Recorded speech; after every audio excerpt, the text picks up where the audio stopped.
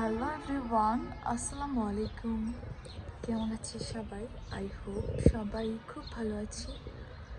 আমিও আলহামদুলিল্লাহ খুব ভালো আছি।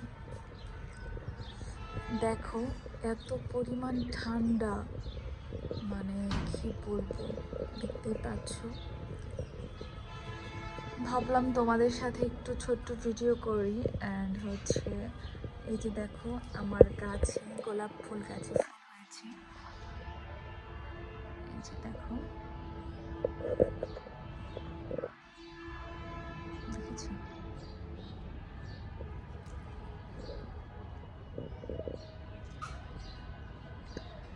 আমি ফুল অনেক বেশি ভালোবাসি।